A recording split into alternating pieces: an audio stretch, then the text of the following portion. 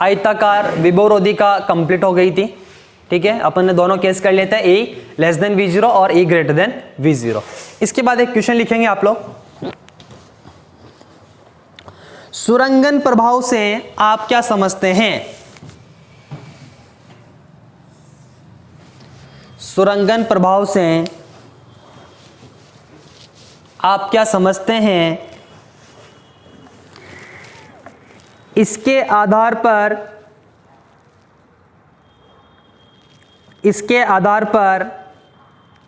Alpha शे की, इसके आधार पर अल्फा शे की व्याख्या कीजिए।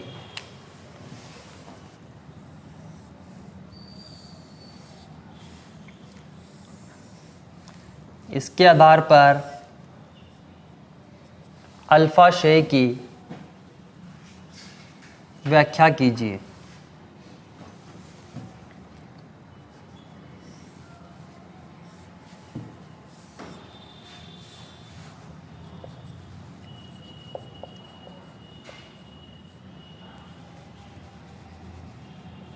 सुनो, अल्फा कण का मतलब क्या समझते हो आप? हीलियम का नाभिक। अल्फा कण का मतलब क्या होता है? हीलियम का नाभिक, मतलब 2He4। ठीक है, ये क्या है? अल्फा कण है। ये जो दूरी है ना वो कितनी है? R है। दिखा दी मैंने, ये कितनी है? R है, स्मॉल r। ठीक है, मान लो ये इस तरह से अल्फा कण है ये, और अल्फा कण पर जो आवेश है वो कितना होता है? 2e। देखो 2e, और नाभिक पर कितना? Ze। कितना होता है? Ze। तो नाभिक और अल्फा कण के मध्य जो स्थितिज ऊर्जा है U, वो कितनी थी? K, Q1 Q2 upon R। तो Q1 क्या मानते हैं? Ze मान लेते हैं, और Q2 कितना? 2e मान लेते हैं अपॉन R। तो U बराबर क्या? 2kz, 2kz square upon R। अब मैं स्थितिज ऊर्जा वक्र खींचता हूं दूरी के साथ।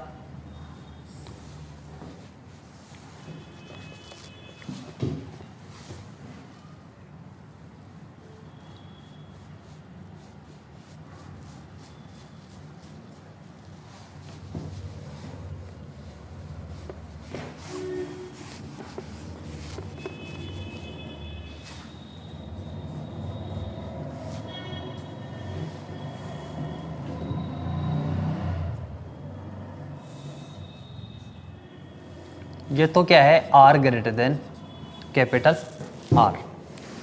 यहाँ पर क्या है? ये R बराबर कैपिटल R, और ये इधर क्या है? R less than capital R है। ठीक है, ये 0 है, और ये स्थितिज ऊर्जा है, और ये जो स्थितिज ऊर्जा इधर माइनस U है, इसको U नोट कह दो। ये किसको प्रदर्शित करती है? आकर्षण को, और ये प्रतिकर्षण को व्यक्त करती है, और ये आपके पास क्या है? दूरी R है। ठीक है, तो सबसे पहले देखो जो क्वेश्चन है उसको पढ़ते हैं अपन वापस से। क्वेश्चन है, सुरंगन प्रभाव से आप क्या समझते हैं? सुरंगन प्रभाव से आप क्या समझते हैं, और इसके आधार पर अल्फा शे की व्याख्या कीजिए। तो अल्फा शे का मतलब निकलना, तो नाभिक से अल्फा कणों का जो उत्सर्जन है वो क्या कहलाता है? अल्फा शे कहलाता है। नाभिक से अल्फा कणों का उत्सर्जन अल्फा शे कहलाता है। जब कोई अल्फा कण नाभिक की ओर गतिमान होता है तो प्रारंभ में R greater than capital R होने से अल्फा कण और नाभिक के मध्य प्रतिकर्षण बल प्रभावी होता है। कौन सा? प्रतिकर्षण बल प्रभावी होता है। परंतु जब अल्फा कण नाभिक के अंदर प्रवेश करता है तो small r less than capital R। देखो अगर ये अंदर प्रवेश कर जाएगा तो ये r कम हो जाएगी, तो small r less than capital R होने पर आकर्षण बल क्या होता है? प्रभावी होता है। कौन सा? आकर्षण बल प्रभावी होता है। इस प्रकार अल्फा कण और नाभिक के मध्य अन्योन्य क्रिया के फलस्वरूप नाभिक पर, या यूं बोलूं कि यहां पर क्या हो जाता है? एक विभवरोधिका का निर्माण हो जाता है। या एक दीवार कह सकते हो आप, जिसका निर्माण हो जाता है। इसकी जो ऊंचाई है वो लगभग कितनी होती है? 20 MeV। कितनी होती है? 20 MeV, 20 मेगा इलेक्ट्रॉन वोल्ट। अब यहां ऊंचाई क्या MeV में हो सकती है क्या? आप लोग सोच रहे होंगे कि सर ऊंचाई बोल रहे हो तो ऊंचाई तो मीटर में बोलो ना। मैंने क्या कहा कि नाभिक के पृष्ठ पर एक विभवरोधिका बन जाती है जिसकी ऊंचाई कितनी होती है? 20 MeV। इस बात का मतलब यह है कि नाभिक से वे ही अल्फा कण बाहर आएंगे जिनकी ऊर्जा कितनी होगी? 20 MeV। कितनी होगी? 20 MeV। वही अल्फा कण नाभिक से बाहर आएंगे, ठीक है। परंतु अपन जानते हैं कि चिरसम्मत यांत्रिकी के अनुसार, या यूं कहूं कि नाभिक से बाहर आने वाले अल्फा कणों की जो ऊर्जा है वो 4 से 10 MeV होती है। कितनी होती है? 4 से 10 MeV होती है। अतः चिरसम्मत यांत्रिकी के अनुसार अल्फा कण नाभिक से बाहर नहीं आना चाहिए, क्योंकि कब आएंगे? जब ऊर्जा कितनी हो? 20 MeV। तो यहां तो कितनी है? 4 से 10 MeV है ओनली। तो अल्फा कण नाभिक से बाहर नहीं आना चाहिए। परंतु क्वांटम यांत्रिकी के अनुसार जो अल्फा कण है वो क्या करते हैं? सुरंग बनाकर नाभिक से बाहर आ जाते हैं। इस घटना को सुरंगन प्रभाव कहते हैं। क्या कहते हैं? सुरंगन प्रभाव कहते हैं। क्या कहा मैंने? सबसे पहले अल्फाशय क्या है? नाभिक से अल्फा कणों का उत्सर्जन अल्फाशय कहलाता है। जब अल्फा कण नाभिक की ओर गतिमान होता है तो प्रारंभ में small r greater than capital R होने से अल्फा कण और नाभिक के मध्य प्रतिकर्षण बल प्रभावी होता है, और जब अल्फा कण नाभिक के अंदर प्रवेश करता है तो small r less than capital R होने से आकर्षण बल प्रभावित होता है। इस अन्योन्य क्रिया के फलस्वरूप नाभिक के पृष्ठ पर एक विभवरोधिका बन जाती है जिसकी ऊंचाई 20 MeV होती है, 20 मेगा इलेक्ट्रॉन वोल्ट होती है। इस बात का मतलब यह है कि नाभिक से वे ही कण बाहर आएंगे जिनकी ऊर्जा 20 MeV हो। कितनी हो? 20 MeV हो, वही कण नाभिक से बाहर आएंगे। पर हम जानते हैं कि नाभिक से बाहर आने वाले कणों की जो ऊर्जा है वो कितनी होती है? 4 से 10 MeV होती है। कितनी? 4 से 10 MeV होती है। अतः चिरसम्मत यांत्रिकी के अनुसार अल्फा कण नाभिक से बाहर नहीं आना चाहिए, परंतु क्वांटम यांत्रिकी के अनुसार अल्फा कण सुरंग बनाकर नाभिक से बाहर आ जाते हैं। इस घटना को क्या कहते हैं? सुरंगन प्रभाव कहते हैं। ठीक है, लिखें बात। नाभिक से, एक मिनट रुकना, अल्फाशय है ना,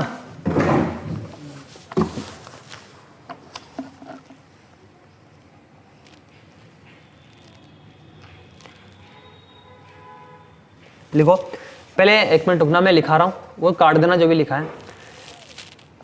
आयताकार विभवरोधिका में E लेस देन V0 होने पर भी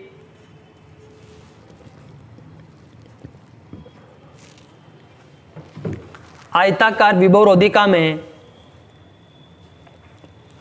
E लेस देन V0 होने पर भी कण के रिजन थर्ड में पाए जाने की प्रायिकता होती है।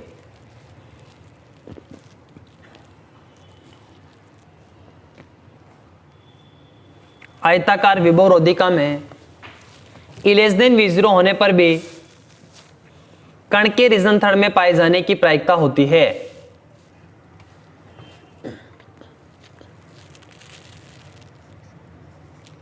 इस घटना को सुरंगन प्रभाव कहते हैं।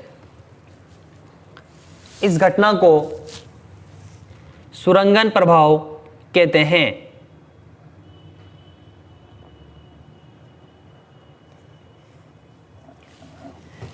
इस घटना के आधार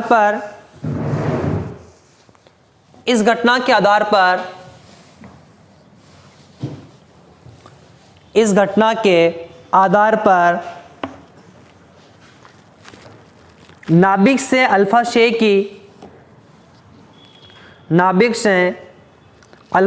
की निम्न प्रकार व्याख्या की जा सकती है।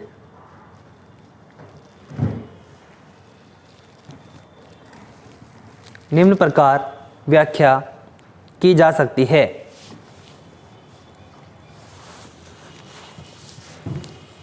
ये डायग्राम बनाओ, ओनली ये वाला, और ये स्थितिज ऊर्जा लिख लेना।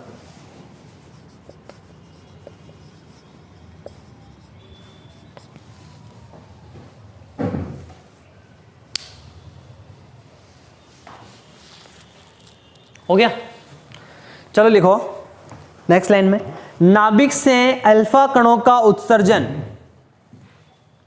नाभिक से अल्फा कणों का उत्सर्जन अल्फा से, नाभिक से अल्फा कणों का उत्सर्जन अल्फा से कहलाता है,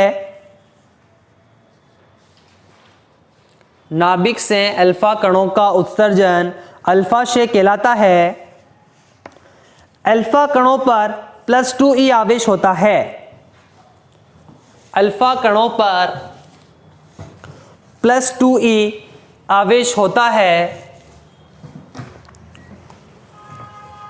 +2e आवेश होता है, जबकि नाभिक पर +ZE आवेश होता है, जबकि नाभिक पर +ZE आवेश होता है।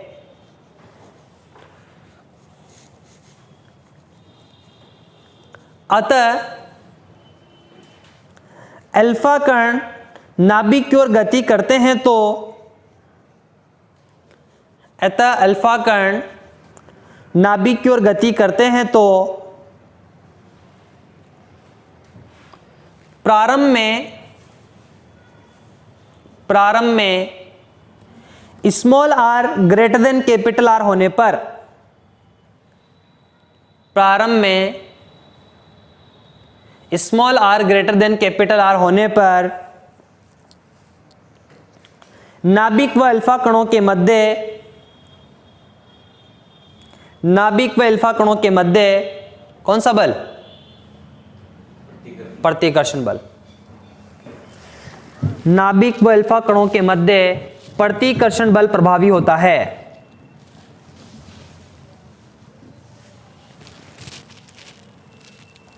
तक हो गया? वापस बोलता हूं मैं, नाभिक से अल्फा कणों का उत्सर्जन अल्फा से कहलाता है। अल्फा कणों पर 2e आवेश होता है, जबकि नाभिक पर +ZE आवेश होता है।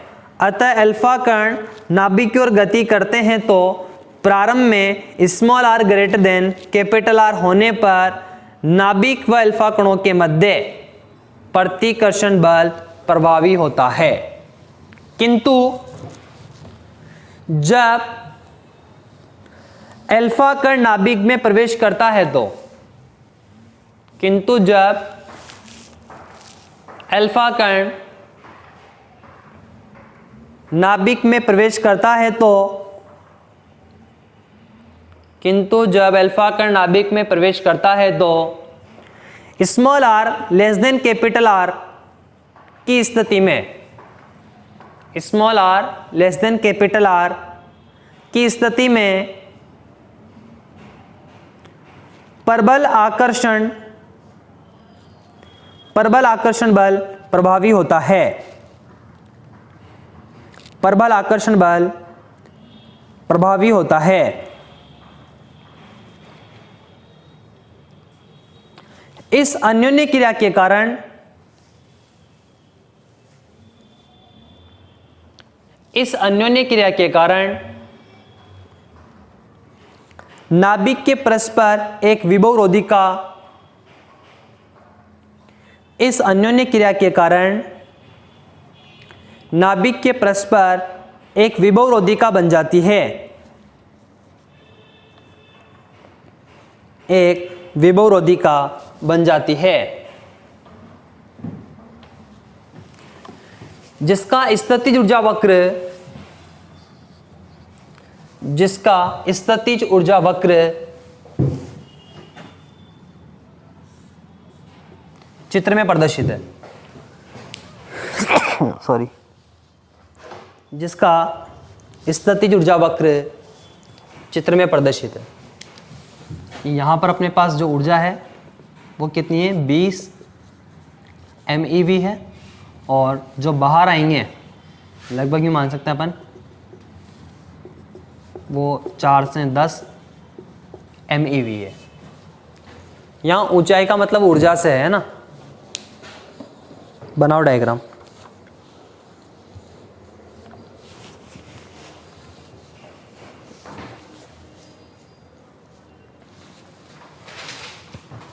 अब देखो मैंने क्या कहा कि नाभिक पर उत्पन्न विभवरोधिका की ऊंचाई कितनी होती है 20 MeV। इस बात का मतलब क्या है, नाभिक से वही अल्फा कण बाहर आ सकते हैं जिनकी ऊर्जा कितनी हो 20 MeV।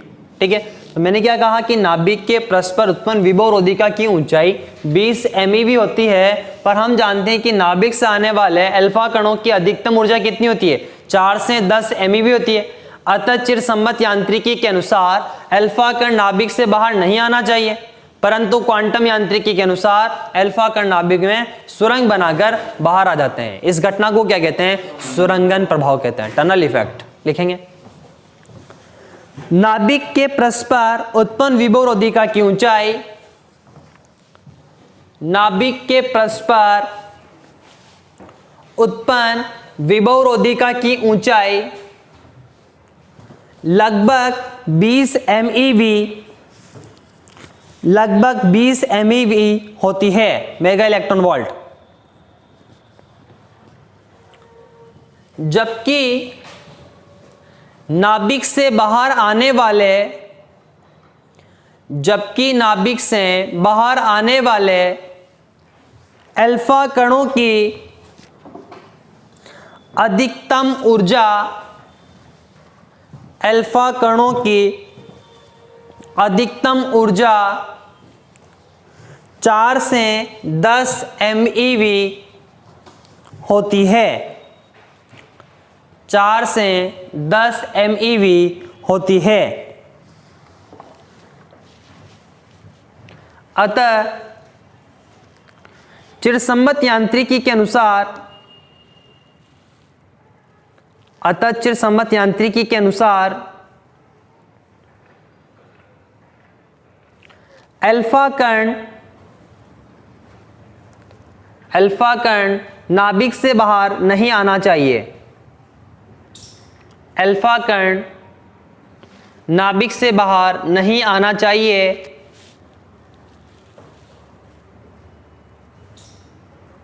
परंतु क्वांटम यांत्रिकी के अनुसार, परंतु क्वांटम यांत्रिकी के अनुसार अल्फा कण सुरंग बनाकर, अल्फा कण सुरंग बनाकर नाभिक से बाहर आ जाता है, नाभिक से बाहर आ जाता है।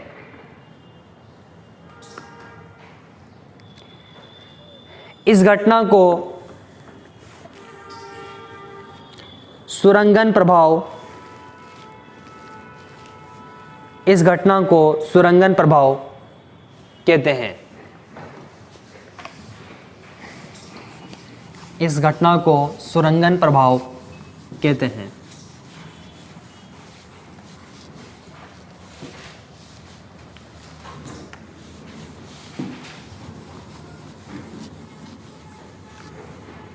इस यूनिट का अपने पास लास्ट टॉपिक रह रहा है वर्गाकार विभव को, ठीक है। और सेम वो कैसे हल होगा, आयताकार विभवरोधिका की तरह।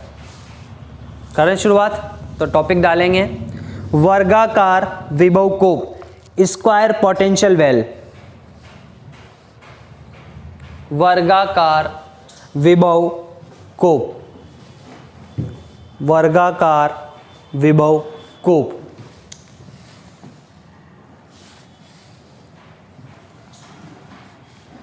कूप का मतलब जानता हूं, गहराई की तरह।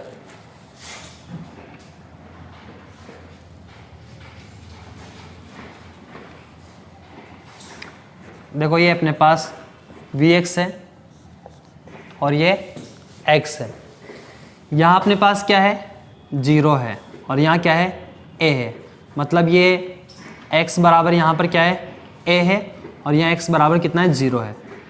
इसकी जो चौड़ाई है वो कितनी हुई a हुई, ठीक है। ये रीज़न फर्स्ट है और ये रीज़न सेकंड है और ये रीज़न थर्ड है। यहाँ पर आपके पास जो स्थितिज ऊर्जा है वो कितनी है -V0। जब आप ऊपर बनाते थे तो कितनी लिखते थे +V0, ठीक है। और ये कोई m द्रव्यमान का कण है जिसकी ऊर्जा कितनी है E है, ठीक है। यहाँ पर एक चीज़ ध्यान रखना, ये जो केस चल रहा है अपने पास ये क्या है E>0 वाला केस है, ठीक है। क्योंकि जब यूनिट फर्स्ट पढ़ेंगे अपन तो वहाँ पर ऐसा ही एक केस होगा, वही वर्गाकार विभव कूप का ही, तो वहाँ A V0 वहाँ कण की एनर्जी क्या होती है नेगेटिव होती है, ठीक है। वहाँ पर वो केस अलग है और ये जो केस है वो कौन सा E 0 वाला है, ठीक। मतलब यूँ नहीं कह रहा मैं यहाँ गति करने की कोई संभावना नहीं है E>V0 या E<V0, क्योंकि यहाँ तो किस में है गहराई में है ये, तो ऐसा कोई रीज़न अपने पास नहीं है। तो सबसे पहले मैं देखो इसका गणितीय रूप लिखता हूँ, या मैं कह देता हूँ पहले कि माना चित्रानुसार m द्रव्यमान का एक कण है जिसकी ऊर्जा कितनी है E है, x अक्ष के समांतर गति करता हुआ एक ऐसे क्षेत्र में प्रवेश करता है जिसके लिए स्थितिज ऊर्जा वक्र चित्रानुसार प्राप्त होता है। इस व्यवस्था को क्या कहते हैं वर्गाकार विभव कूप कहते हैं, ठीक है। इसका जो गणितीय रूप है वो क्या है, देखो गणितीय रूप कुछ भी अंतर नहीं है, सेम आयताकार विभव रोधी का है। देखो Vx बराबर क्या 0, कब x <0 इधर, और -V0 किसके बीच में 0 से a के बीच में, ठीक है। और 0 कब x a, इधर कितना अपने पास 0 है, किसका मान Vx का, यहाँ लिख देता हूँ मैं बीच में, या अलग अलग लिखूँ क्या, अलग अलग लिखूँ या समझ जाओगे कि Vx बराबर 0, Vx बराबर -V0, Vx बराबर V0, तीनों केस, ठीक है। अब अपन क्या लिखते हैं श्रोडिंगर की कौन सी काल अनाश्रित, श्रोडिंगर की काल अनाश्रित समीकरण से क्या है बोलो, d2 साई x लिख दूं upon dx square plus 2m upon h cross का स्क्वायर e माइनस vx, और ये साई x बराबर 0, ठीक है। अब अपन क्या है रीजन फर्स्ट की बात करते हैं, फिर रीजन सेकंड की, और फिर रीजन थर्ड की बात करते हैं। तो सबसे पहले रीजन फर्स्ट, रीजन फर्स्ट कौन सा है x<0 वाला, तो क्या होगा d2 psi first x upon dx plus 2m upon h cross का स्क्वायर e माइनस 0, क्योंकि भी x कितना है रीजन फर्स्ट में 0 है, और ये साई फर्स्ट x बराबर कितना 0, ठीक है। तो d2 psi first x upon dx square, ठीक है, और plus 2me upon h cross का स्क्वायर साई फर्स्ट x बराबर 0। इसको अपन समीकरण 1 कह देते हैं। Let 2me upon h cross का स्क्वायर बराबर क्या k स्क्वायर, समीकरण 2 from equation number first and second d2 psi first x upon dx square plus k square psi first x बराबर 0, समीकरण कौन सी 3। अब इसका हल लिखें अपन, तो इसका हल स्वतंत्रतापूर्वक गतिमान है, तो साई फर्स्ट कितना होगा साई फर्स्ट x बराबर a e की power iota kx plus b e की पावर माइनस आयोटा kx, ये अपने पास क्या आ गया साई फर्स्ट आ गया, ठीक है।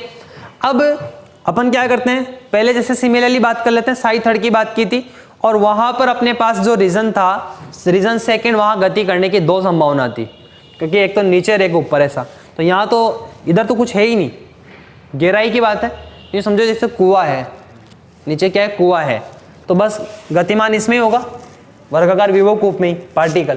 तो इसी की अपन बात करें तो पहले किसकी करूँ, रीजन सेकंड की लिखूं या रीजन थर्ड की लिखूं? थर्ड की ले लूं, सिमिलरली हो जाएगा ताकि याद रखने में सुविधा रहेगी, है ना, कि वहां भी थर्ड ही लिया था सर, यहाँ भी थर्ड ही ले ला तो बढ़िया रहेगा। रीजन सेकंड भी ले सकते हैं, कोई दिक्कत नहीं है। ये मैं रीजन थर्ड की बात कर लेता हूँ। x ग्रेटर देन ए, d2 Sai third x upon D x square plus 2m upon H cross का स्क्वायर e माइनस 0, और ये साई थर्ड x बराबर 0।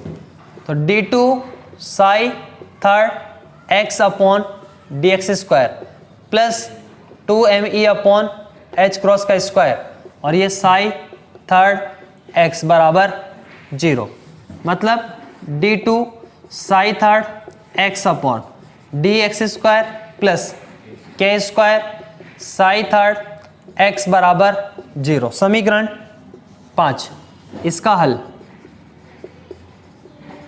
ए भी हो गया, सी डी मान लें, सो साई थर्ड x बराबर c की घात आयोटा के x प्लस d e की घात माइनस आयोटा के x, इक्वेशन नंबर 6। परंतु तृतीय क्षेत्र में परावर्तन की संभावना नहीं है, तो फिर कौन सा भाग 0, मतलब d बराबर कितना, 0, यहाँ लिखा देंगे। तो अपने पास जो साई थर्ड x बचेगा वो c e की घात आयोटा के x, इक्वेशन नंबर 7। ठीक है, अब ऐसे अपन रीजन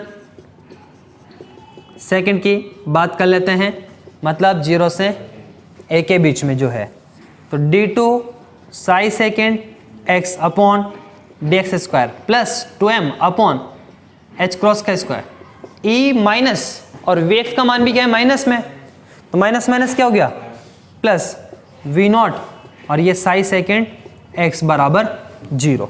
इसको अपन क्या मान लेते हैं, k डैश। ये समीकरण कौन सी है, 8, और ये let 2m upon H cross का square e plus V naught बराबर क्या, के डैश का स्क्वायर, इक्वेशन नंबर 9। तो अपने पास जो समीकरण हो गया d2 Sai second x upon D x square plus के डैश का स्क्वायर साई सेकेंड x बराबर 0, और इसका हल क्या होगा, ए बी सी डी हो गया, ये अपन को लेना ही नहीं है, एफ और जी में जाओ, A B C D E F G, है ना। तो एफ ई की घात आयोटा के डैश एक्स, क्योंकि बीच में प्लस आ रहा है, प्लस क्या, जी ई की घात माइनस आयोटा के डैश एक्स। तो साई फर्स्ट आ गया आपके पास, साई सेकंड आ गया आपके पास, साई थर्ड आ गया आपके पास। क्या करें, using boundary condition, at X बराबर 0 पर साई फर्स्ट बराबर साई सेकंड, और D psi first X upon D X बराबर D psi second X upon D X, ऐसे ही एक्स बराबर ए पर साई सेकंड बराबर साई थर्ड, और इसका प्रथम अव प्लस बराबर करना है। ठीक है, तो लिखें पहले डायग्राम बना लो।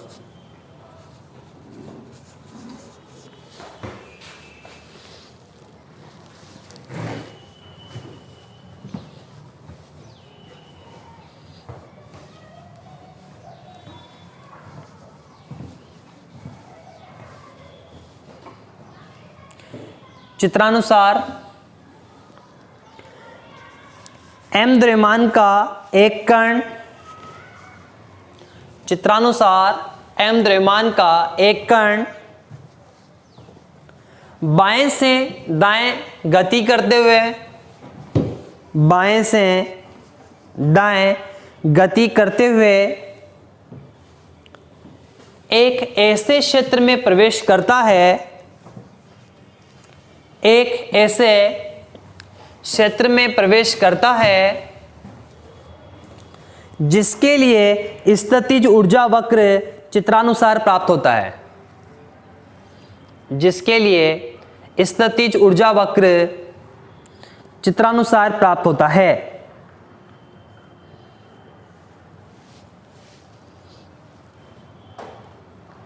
इसे वर्गाकार विभव कूप कहते हैं, इस व्यवस्था को वर्गाकार विभव कूप कहते हैं।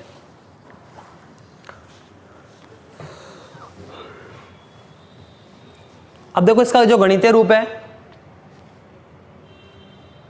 वी एक्स बराबर 0, कब x लेस देन 0, इधर वी एक्स बराबर माइनस वी नॉट 0 से a के बीच में, और वी एक्स बराबर 0 लिखो यहाँ, ये वी एक्स बराबर कितना है 0, और यहाँ पर भी वी एक्स बराबर कितना है 0 है। ये x लेस देन 0, ये x ग्रेटर देन a वाला रीजन है, तो x ग्रेटर देन a। अब श्रोडिंगर की कालनाशी समीकरण लगाए अपन, श्रोडिंगर समीकरण लिख दी मैंने। रीजन फर्स्ट की मैं बात कर रहा हूँ, तो x लेस देन 0 की बात कर रहा हूँ, तो इसमें क्या है वी एक्स कितना है 0 है, 0 पुट कर दिया मैंने। ये 2m अपॉन h क्रॉस का स्क्वायर को के स्क्वायर मान लूँ मैं, समीकरण 3। और इसका जो हल है वो क्या है, साई फर्स्ट x बराबर a की घात आयोटा के x प्लस b की घात माइनस आयोटा के x, पार्टिकल फ्रीली मूविंग है, ठीक। अब रीजन थर्ड की कर लेते हैं पहले बात, क्योंकि यहाँ पर भी वी एक्स बराबर 0 है, तो मैंने ये वी एक्स बराबर 0 कर दिया, साई थर्ड ले लिया। ये के स्क्वायर पहले मान ही लिया था अपन ने, बार बार मानने की जरूरत नहीं है उसको। तो इसका जो हल है वो c की घात आयोटा के x प्लस d की घात माइनस आयोटा के x है। और तृतीय भाग में देखो, तृतीय भाग में परावर्तित तरंग का अस्तित्व नहीं है, परावर्तित तरंग का अस्तित्व नहीं है, अतः d बराबर 0 लेने पर। तो साई थर्ड x बराबर कितना गया अपने पास, c की घात आयोटा के x, इक्वेशन नंबर 7। और रीजन जो सेकंड है उसमें 0 से a के बीच में ये माइनस वी नॉट था, माइनस माइनस प्लस हो गया, और इसको मैंने के डैश का स्क्वायर मान लिया। डायग्राम बना देता, मैं मिटा दूँ, इसको कंप्लीट कर लेते हैं आज फर्स्ट सेकंड थर्ड को।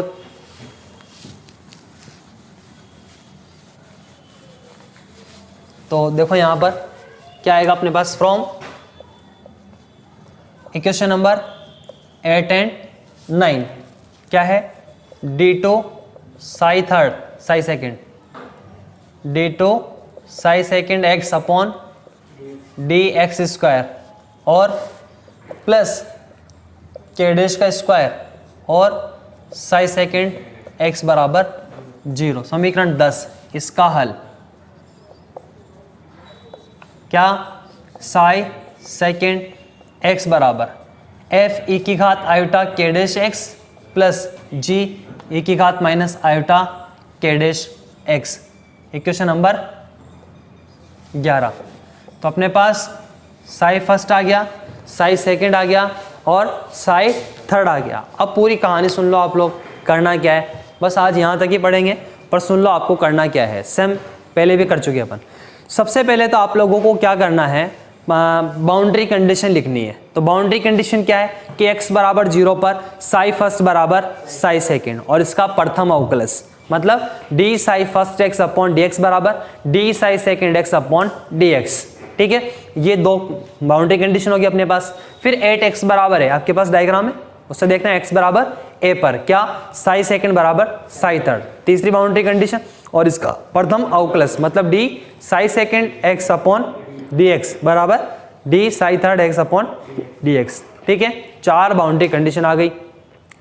अब 4 बाउंड्री कंडीशन आने के बाद लास्ट की जो 2 समीकरणें हैं उनका क्या करोगे, आप आपस में भाग दोगे। चार बाउंड्री कंडीशन 4 समीकरणें आएगी, पहले तो अप्लाई करोगे उनको चारों बाउंड्री कंडीशन को, और लास्ट की जो 2 समीकरणें आएगी, लास्ट की जो 2 बाउंड्री कंडीशन है उनका आपस में भाग देके किसका मान निकालोगे, g अपॉन f का मान निकालोगे, ठीक है, g अपॉन f का। फिर आपके पास जो 2 बाउंड्री कंडीशन है, जो 2 बाउंड्री कंडीशन बची हुई है उनको आपस में गुणा करके और एक बार जोड़ के एक बार घटा के 2ka और 2kb का मान निकालोगे। किसका, 2ka और 2kb का मान निकालोगे, ठीक। और फिर इनका 2ka और 2kb जब आ जाएगा तो आपस में भाग देके b अपॉन a का मान निकालेंगे, ठीक है। और अपने पास जो तीसरी बाउंड्री कंडीशन जो समीकरण बनी थी c की घात आयोटा k वगैरह बनेगी, उससे 2k का भाग देके c अपॉन a निकालेंगे। तो जब आपके पास b अपॉन a आ जाएगा, c अपॉन a आ जाएगा, तो आप क्या करोगे, परावर्तन गुणांक निकालोगे और उसके बाद फिर पारगमन गुणांक निकालोगे।